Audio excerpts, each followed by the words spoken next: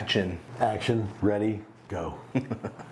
Well, we're back. Old Man Miller Truck. We wanted to give you guys really good data, as well as my favorite pump, which is a 215 pump, which we now have the 12.5 millimeter, which is just a bigger brother to the 215 pump. But we're obviously going to put the 215 pump back in the truck. Yes, definitely. Audibly, 18 degrees timing with a 180 pump is, in comparison, what would you say it is? 18 degrees.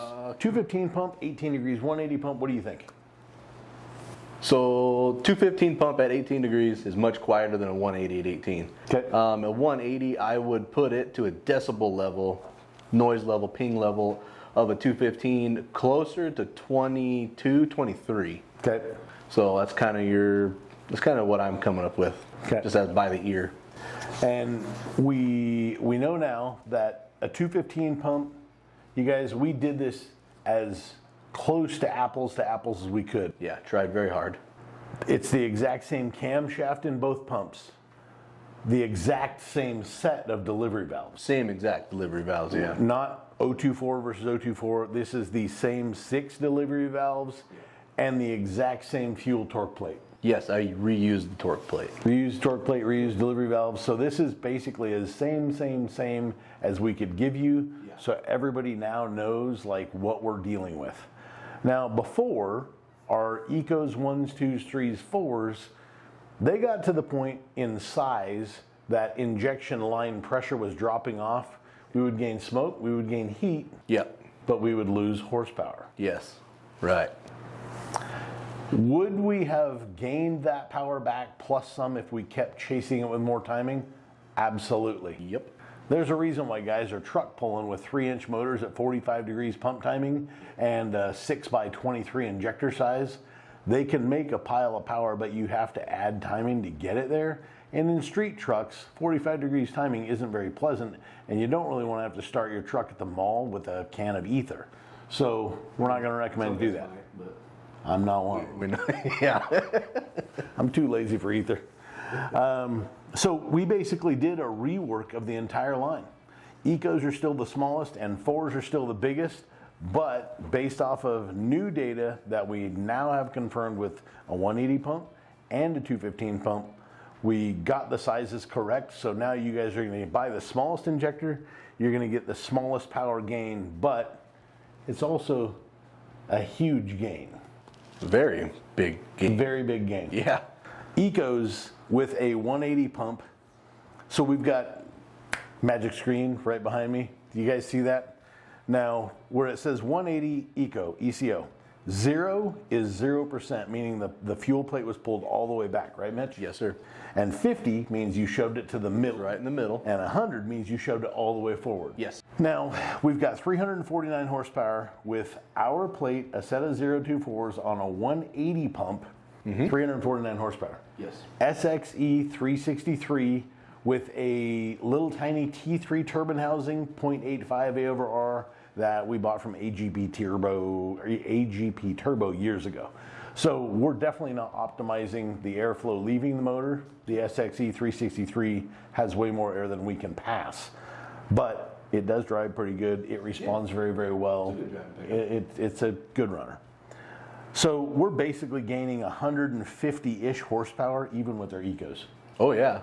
Because we went from 180 horse truck, which back in the old day, I would dyno those things and they would make 165 to 180 depending on which one it was. All right.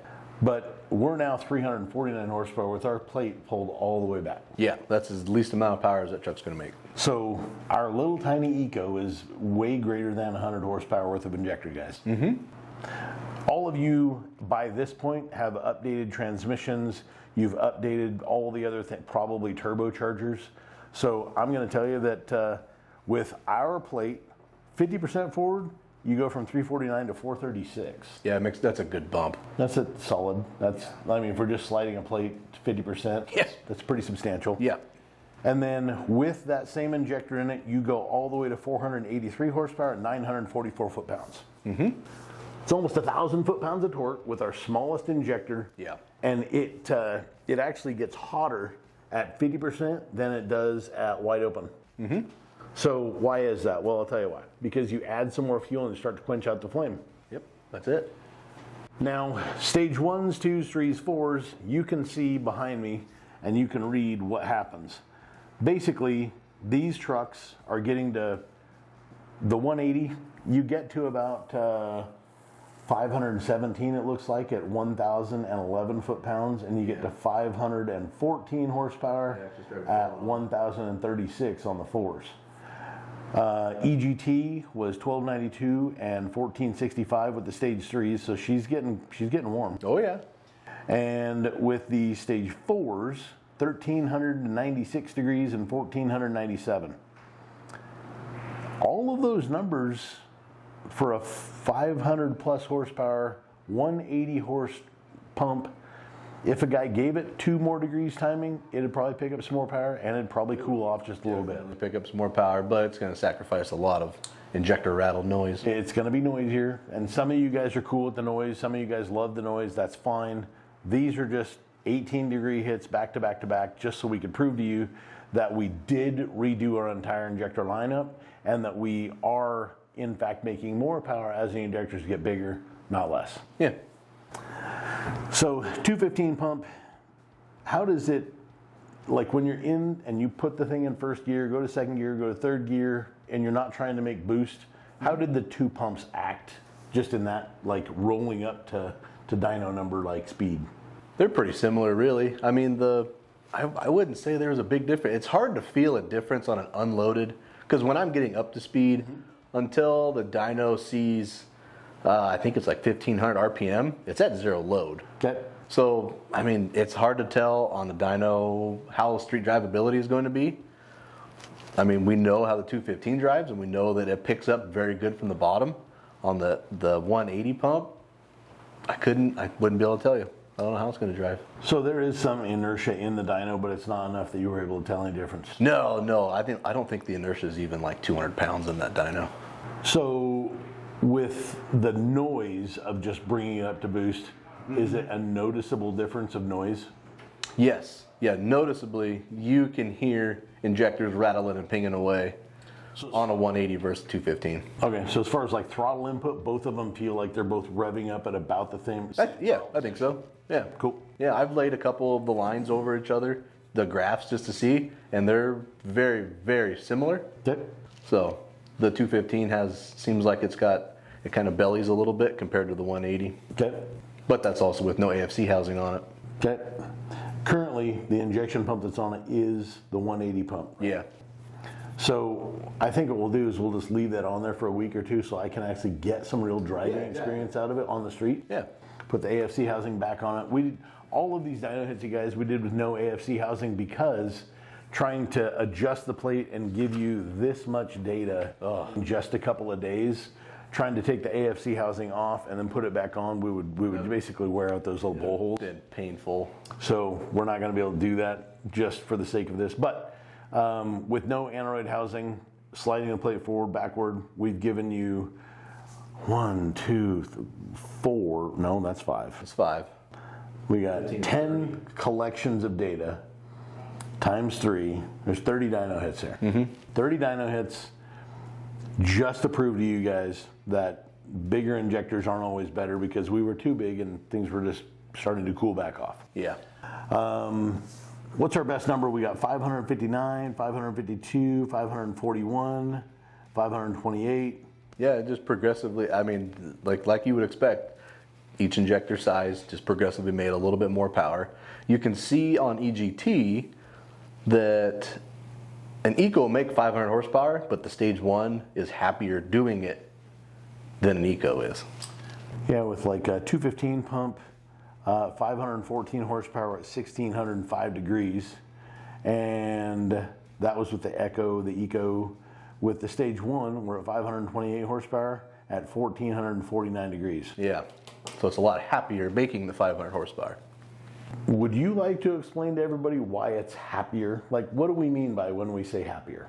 So EGT is what I mean by happier. So if our EGT is lower, obviously we've got a more efficient motor that's going, more efficient burn. Everything's happier in the motor. So What's that mean to a guy going up a hill towing his camp trailer? That means you can keep your foot in it longer and further. Pretty simple, right? If you've got 2 million horsepower, but you can't access it because you know you're going to magma your motor, then it's not usable power, and it's not really what we would call happy.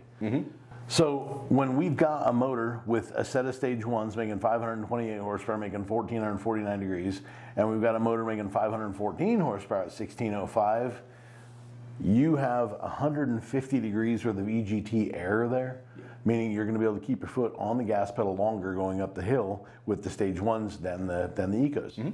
Now, for common rail guys that are still rebuilding, redoing, or trying to understand 12 valves and P-pumps, basically what's happening right there is the stage one, when the plunger goes up past the port and it closes the port off, the fluid that's on top of that plunger has to leave the injection nozzle. With the Echo now, that's 35.5 liters per minute. It's so bloody small that the fuel is being stretched out for a very long duration of time. It's still giving you the power, but as the piston is traveling back down the bore, you're still injecting fluid and you're just chasing the piston down, making a bunch of exhaust gas temperature. With a stage one, you're dumping that same exact amount of fluid in a faster period of time. Therefore, you're losing exhaust gas temperature because of it. So you're combusting more of it because when piston goes up, there's basically zero dwell time, and then it starts to travel back down, and when it's on its way down, you're losing engine compression. You don't want that. You want all of the fluid to be burnt at engine TDC if possible, because that means the piston's being driven down with just the energy and you're not creating energy as the piston is going down. So there's kind of the short and the neat and the sweet explanation of that. We're almost done with Old Man Miller Truck. Like, you have almost gotten all the information out of us that you need to make proper injection part decisions, right? Yeah, after the last couple days, I thought about coming in with my arms and hands like gauzed up, because I'm so sick of burning my hands changing injectors. But it's all for you guys, so it's all good. Yeah. But we're almost to the end of it, and one thing that I do want to do is I want to set up the oscilloscope with a pressure sensor in the injector line, so we can literally show you guys how many microseconds the injector is rattling for, and we'd be able to show you guys like what happens to the line pressure when the injector gets really, really, really big. Now, bear in mind the oscilloscope's brand new to us. We're going to run it on common rail first because that's where it's needed first. But this will be something that possibly we do with my own blue truck or something like that. Yeah, we're definitely going to learn how to operate it so that we can, like the blue truck's got a 12.5 mil pump on it. We've got Old Man Miller's got a 215 and a 180 pump at the moment that we can all kind of do some testing with and kind of see where stuff lays out. So it is good information to have. A really cool field trip might be like me to pack everything up, ship it nice and neat in a Pelican case off to Northeast Diesel and have Kevin. Yeah. I would fly in, set it all up. Morgan would be there. She could shoot a video of us beating up injectors on pump stand in his shop, because now he's got the 40 horse stand and he's able to run the injection pumps at full kill. We'd be able to look at the injector duration and the injector line pressure right there in his shop. So that's just another little thing that we might end up doing. But you know, this is absolutely great information. You guys take a screenshot right now. Like, I wish that we weren't in the way so you could have a really pretty screenshot. But this data is amazing, and it made us not only rethink like the lineup, but it made me think differently about driving my truck now. What we used to swear was correct, what the industry has always sworn was correct. Yeah. Bigger holes, more gross volume, more power. Now I just know that it was like smoke and mirrors, and it was a lot of smoke, period. Yeah. Driving these little injectors, like 35.5 liters per minute, that is smaller in airflow than the factory injector was. Because we're using abrasive flow machining and the pilot hole, we're still achieving 500 horsepower quite easily. It's a very efficient. 18 degrees. Well, we're burning it all. Right. Well, the nozzle is efficient, which it's what makes a difference in what we offer versus what competition offers. Our stuff is very efficient. Obviously, it's smaller than anybody else offers, and it makes more power. So a smaller nozzle is going to contribute less fuel until you need it. All right. So it's going to make more miles per gallon? Weird. No, stop. Yeah, economy. That's I know some of these 12 valve guys are crazy about, I want to get 25 miles to the gallon. There you go. Small injectors. If you have a stock turbocharger, I would tell you to purchase a set of the Ecos. Yes. If you've got something that's slightly bigger, say 57 to about 60 millimeters, I would tell you to get a set of stage 1s. I would tell you that if you're like 62 to 64, that you should probably be in that realm of like stage 2s. Yeah. And if you're going to be like a 64 to like 66, 67, the 3s are going to be where it's at. Mm-hmm. And even though like 67 to say 71 millimeters as a single on a 12 valve isn't going to be that pleasant, No. understand this same injector with that kind of air, if you give it 95 pounds of air per minute and you give it 22, 24, 25 degrees of timing, I'd be willing to bet you that a stage 4 is going to be knocking on down 1,000 horsepower pretty solid. I bet it does. And unfortunately, we don't have anything to test it that high. No, because I'm not taking the compounds off the blue truck. Right. It's just not happening. Sorry, guys. Like, you're just going to take my word for it. It just is what it is.